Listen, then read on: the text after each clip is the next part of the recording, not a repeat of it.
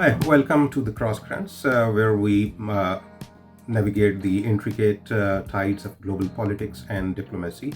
In today's segment, which is about President Trump's hosting an Iftar dinner for the Arab Muslims and the Muslims overall, for thanking them for supporting him during his 2024 election campaign.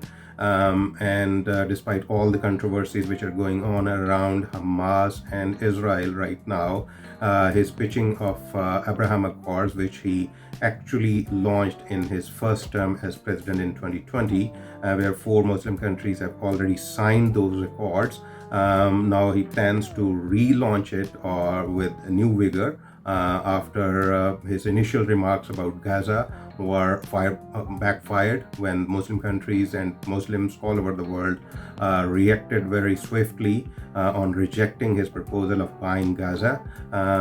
But let's see that how President Trump hosted this dinner. What did he has to say and offer to the Muslims, despite all the misgivings and the bans, infamous bans which he announced during his first tenure to stop majority Muslim countries from entering US and things like that. We'll be discussing all of this in today's podcast. Stay with us, and meanwhile listen to this, what President Trump had to say at this Iftar dinner to the Arab Muslims and the Muslim. Let me begin by saying to our Muslim friends, of which I have many tonight, and I think we have many all over the world based on the results in Michigan, other places. But I just want to say hello to all of the people that supported us so strongly. Ramadan Mubarak.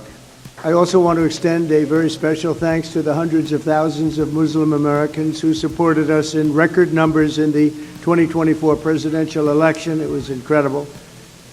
We started a little slow with you, but we came along, and by the time that election was finished, we figured we went up like a rocket ship. So I just want to thank everybody very much for that. That was great. The remarks you just saw were made by President Trump at an Iftar dinner to Arab Muslims, where a large number of Arab Muslims, as I said earlier, diplomats, government officials, they all attended. Notably, the Saudis were also there, and many other Muslim country diplomats were there.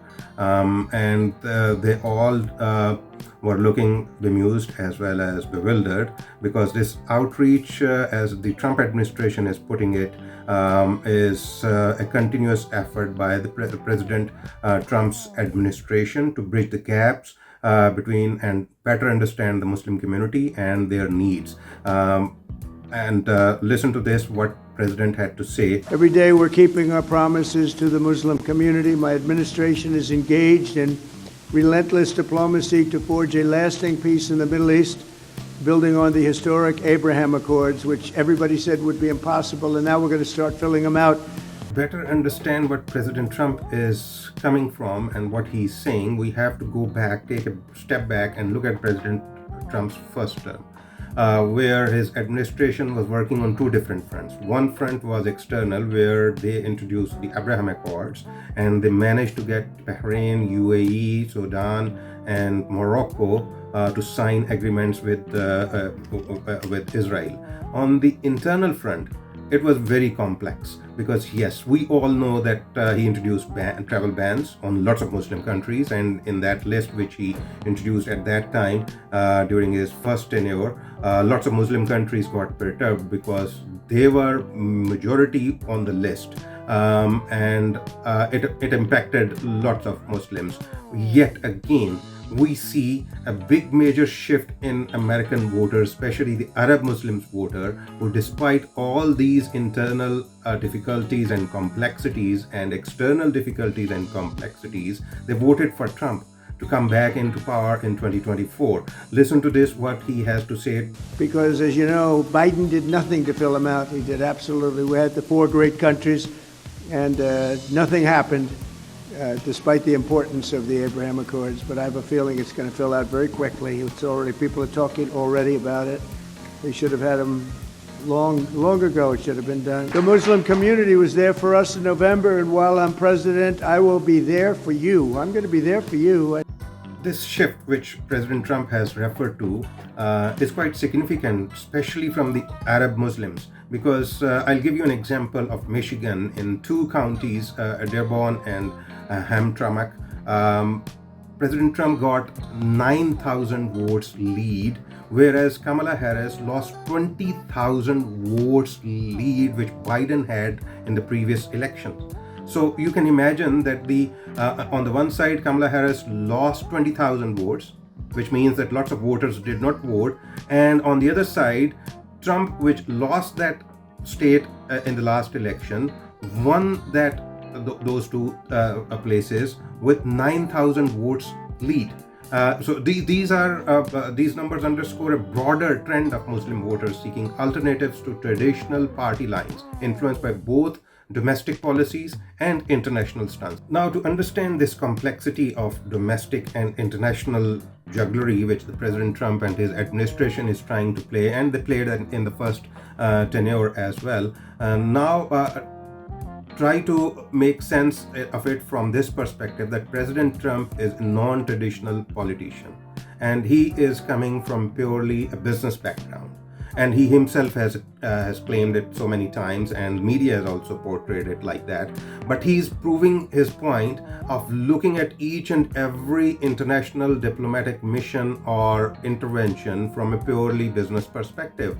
His intervention or his proposal to buy Gaza and build something there was purely a businessman. It was not like a diplomat. It was not coming from a president of the US who is looking at a holistic approach with Pentagon and the establishment has been portraying over the years to ensure a US hegemony over the global affairs, and especially the Middle East affairs. Now he is coming to portray that Abraham Accord is another win-win situation for the Muslim world, and he proved his point by hosting Ukraine war talks in Saudi Arabia, by allowing Saudi to not only take the center stage, but also providing them that platform where they will eventually be one of their main areas or main countries which he will be pushing in the future to join the Abraham Accords. He has to say, when he was talking about Abraham Accords and looking and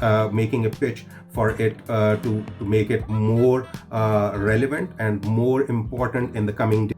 Let me explain, turning back to the Abraham Accords. They were initiated naturally during the first tenure of President Trump, and these agreements helped to normalize relations between Israel and several Arab countries, including UAE, Bahrain, Morocco, and Sudan. Now, what next? According to our sources and engagements within the Trump administration, we have found that the two likely countries on which President Trump is trying to bank on to expand this Abraham Accord is Oman and Saudi Arabia.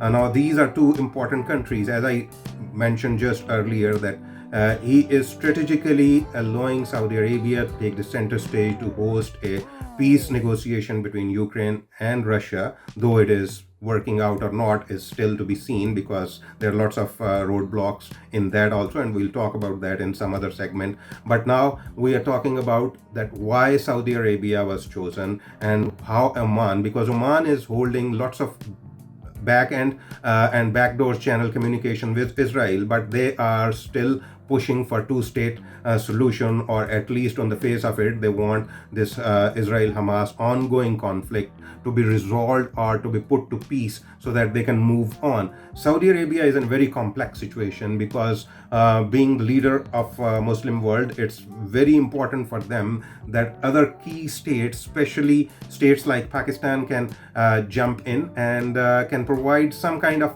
leverage to Saudis to say that okay, let's see that it's sort of see the reaction of the Muslim world, and if it is becoming too much for them to handle, they might sacrifice Pakistan on that kind of score. But then it is still to be seen. But these two countries are Trump administration's key focus, Oman and Saudi Arabia. So keep that in mind.